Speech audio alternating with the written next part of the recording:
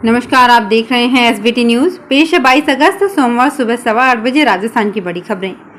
राजस्थान सरकार हर व्रत त्योहार पर मंदिरों में आयोजन करेगी। देवस्थान विभाग की ओर से ये आयोजन किए जाएंगे। भागवत कथा, सुंदरकांड पाठ और शिवजी के सहस्त्र घट कराने के बाद विभाग की ओर से 4 सितंबर को राधाष्टमी महोत्सव का आयोजन किया जाएगा। देवस्थान मंत्री शकुंतला रावत ने कहा कि विभाग की ओर से हर व्रत त्योहार मनाया जा रहा है। सभी पर्व पर मंदिरों में आयोजन किए जा रहे हैं। विभाग की ओर से भागवत कथा का आयोजन किया गया।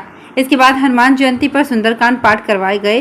सावन माह में शिवालयों में जलाभिषेक और सहस्त्र घट का आयोजन कराया गया।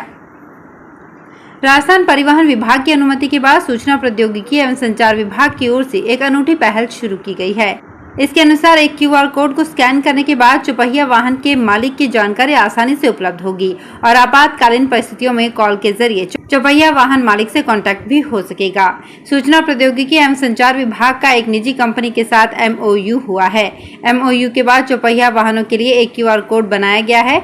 इस QR कोड में चौपहिया वाहन के मालिक की पूरी जानकारी रहती है। जब पार्किंग या अन्य दुर्घटना होने की आपातकालीन स्थिति में इस QR कोड को स्कैन करने के बाद एक कॉल गाड़ी के मालिक के पास पहुंचता है। राजस्थान में एक बार फिर से भारी से अत्यंत भारी बारिश होने की संभावना बन गई है, जिसके चलते अगले 24 घंटे के भीतर कोटा संभाग में सबसे ज्यादा दिखाई देगा। यहां 200 mm से ज्यादा बारिश दर्ज हो सकती है। उधर अजमेर और उदयपुर संभाग में भी भारी से अति भारी बारिश का जोर बना हुआ है, जबकि 23 अगस्त को जोधपुर और उदयपुर संभाग में भारी से अति भारी बारिश होगी। 24 अगस्त को जोधपुर, जैसलमेर, बाड़मेर, उदयपुर और कोटा में मध्यम से भारी बारिश का जोर रहने की संभावना है। मौसम केंद्र जयपुर की माने तो बंगाल की खाड़ी में कम दबाव का क्षेत्र बना हुआ था, जो 24 घंटे पहले झारखंड के ऊपर था और अब लगातार आगे बढ़कर लो डिप्रेशन में बदल गया है। राजस्थान हाईकोर्ट में नौकरी की तलाश कर रहे युवाओं के लिए खुशखबरी है। इसके लिए राजस्थान हाईकोर्ट ने जूनियर न्यायिक सहायक, जूनियर असिस्टेंट और क्लर्क ग्रेड 2 के पदों पर भर्ती के लिए आवेदन मांगे हैं। इच्छुक एवं योग्य उम्मीदवार जो इन पदों के लिए अप्लाई करना चाहते हैं, वे राजस्थान हाईकोर्ट की आधिकारिक वेबसाइट पर जाकर आवेदन कर सकते हैं। इन पदों के लिए आज यानी 22 अगस्त से अप्लाई कर सकते हैं। देश के पूर्व प्रधानमंत्री राजीव गांधी की जयंती के मौके पर बिरला सभागार में चल रहे 2 दिवसीय डिजी फेस्ट फेस्टिवल का रविवार दोपहर समापन हो गया। समापन समारोह में मुख्यमंत्री अशोक गहलोत, कैबिनेट मंत्री ममता भूपेश, गोविंद राम मेघवाल, उषा शर्मा सहित कई अन्य नेताओं ने भी शिरकत की। इस दौरान समापन समारोह को संबोधित करते हुए मुख्यमंत्री अशोक गहलोत ने अपने सरकार के कामकाज को बताया। साथ ही पूर्व प्रधानमंत्री राजीव गांधी की ओर से संचार क्रांति के लिए उठाए गए कदमों का भी जिक्र किया। मुख्यमंत्री अशोक गहलोत ने कहा कि राजीव गांधी 40 साल की उम्र में देश के प्रधानमंत्री बने थे। मुझे उनके साथ काम करने का मौका मिला। राजीव गांधी दूरदृष्टि के व्यक्ति थे। उन्होंने उस वक्त ही ये कहा था कि देश को 21वीं सदी में ले जाना है और विकसित राष्ट्रों की श्रेणी में खड़ा करना है। आज देश IT के सेक्टर में विकसित राष्ट्रों की श्रेणी में खड़ा है। भाजपा प्रदेश अध्यक्ष सतीश पूनिया रविवार को 3 दिवसीय दौरे पर उदयपुर पहुंचे।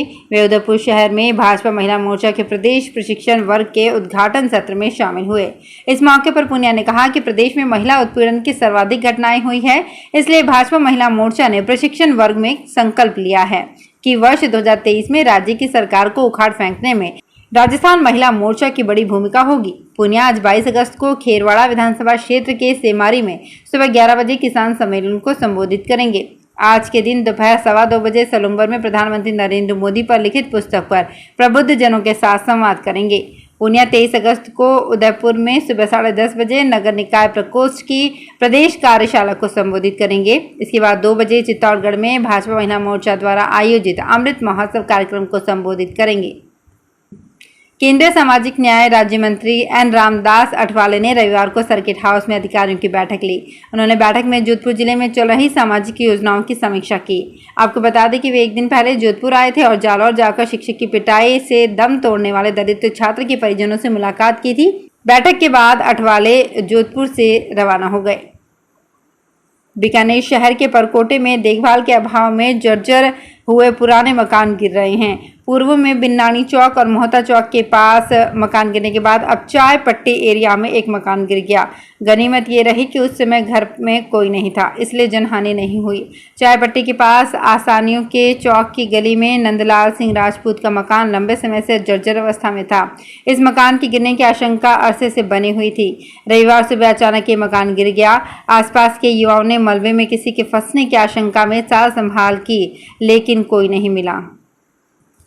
जोधपुर में जयनारायण व्यास विश्वविद्यालय के छात्र संघ चुनाव को लेकर उम्मीदवारों का चुनाव प्रचार जोरों पर है। रविवार को छुट्टी के दिन भी कमला नेहरू महिला महाविद्यालय सहित विश्वविद्यालय के संकायों में आई कार्ड वितरित किए गए। इस दौरान यहां उम्मीदवार अपने समर्थकों के साथ प्रचार करने आए। उन्होंने अपने छात्र नेताओं के पक्ष में जबरदस्त नारेबाजी की। माहौल बिगड़ने पर पुलिस ने हल्का बल प्रयोग कर वहां से सभी को हटाया। बीकानेर में एक महिला को बैंक ने क्रेडिट कार्ड दे दिया। महिला ने उसका उपयोग किया ही नहीं और 1 लाख रुपए से ज्यादा के रुपए निकाल लिए गए। स्टेट बैंक ऑफ इंडिया से जारी इस क्रेडिट कार्ड के बारे में बैंक से भी कोई संतोषजनक जवाब नहीं मिलने पर नया शहर थाने में अज्ञात व्यक्ति और एसबीआई के क्रेडिट कार्ड मैनेजर के खिलाफ मामला दर्ज करा दिया गया है। दरअसल ये घटना 15 जुलाई की है। तब उसने एसबीआई बैंक को सूचना दी तो बताया कि क्रेडिट कार्ड का बीमा हुआ है, ऐसे में रुपए वापस आ जाएंगे। 1 महीने बाद भी उसे रुपए वापस नहीं मिले। इस पर कार्ड धारक सुमित्रा पारिक के पति हीरालाल तिवारी ने नया शहर थाने में मामला दर्ज करा दिया। जयनारायण व्यास विश्वविद्यालय के पूर्व छात्र संघ अध्यक्ष रविंद्र सिंह भाटी को पुलिस ने रविवार सुबह शांति भंग में गिरफ्तार किया। दोपहर में उन्हें जमानत पर रिहा कर दिया गया। भाटी विश्वविद्यालय के केंद्रीय कार्यालय के सामने प्रदर्शन कर रहे थे। चुनाव में इस साल पुराना परिसर स्थित वाणिज्य संकाय के पोलिंग बूथ और नामांकन केंद्र को हटाकर सेनापति भवन के सामने रातानाड़ा स्थित प्रबंधन विभाग में कर दिया। इस परिवर्तन का विरोध जताया जा रहा है। जोधपुर में गुरु का तालाब क्षेत्र में सीवरेज के गंदे पानी के सड़क पर लगातार बहने से क्षेत्रवासियों ने रविवार को रास्ता जाम कर प्रदर्शन किया। उन्होंने बताया कि क्षेत्र में लगातार सीवरेज का गंदा पानी बह रहा है। कई जगह सीवरेज के पाइप को साफ पानी की नहर में खुला छोड़ रखा है। क्षेत्रवासियों द्वारा बार बार निगम प्रशासन, पार्षद और महापौर को अवगत करवाने के बाद भी कोई समाधान नहीं हुआ।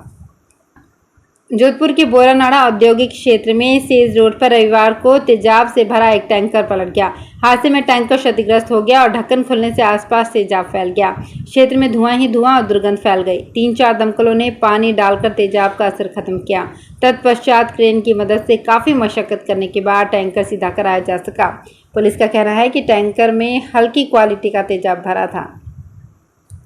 जिला विधिक सेवा प्राधिकरण जोधपुर महानगर के सचिव सुरेंद्र सिंह सांधू ने सखी वन स्टॉप सेंटर का औचक निरीक्षण किया। निरीक्षण के दौरान वन स्टॉप सेंटर में संधारित आगंतुक रजिस्टर, विधिक सहायता रजिस्टर तथा पुलिस कार्यवाही एवं चिकित्सकीय परामर्श के समेकित रजिस्टर का निरीक्षण किया गया। इसके बाद उन्होंने केंद्रीय कारागृह जोधपुर का भी औचक निरीक्षण किया।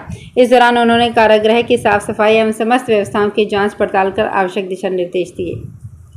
जोधपुर में पाल रोड दिग्विजय नगर स्थित आस्था वरिष्ठ नागरिक सदन में चल रही संगीतमय भागवत कथा में सचिन तिवारी महाराज ने कहा कि मन की शुद्धि व उच्च आचरण के लिए भागवत कथा ग्रंथ से बढ़कर कोई ग्रंथ नहीं। इस पवित्र ग्रंथ को सभी हिंदुओं को अपने जीवन में सम्मिलित कर खुद के मन के आचरण को शुद्ध करना चाहिए।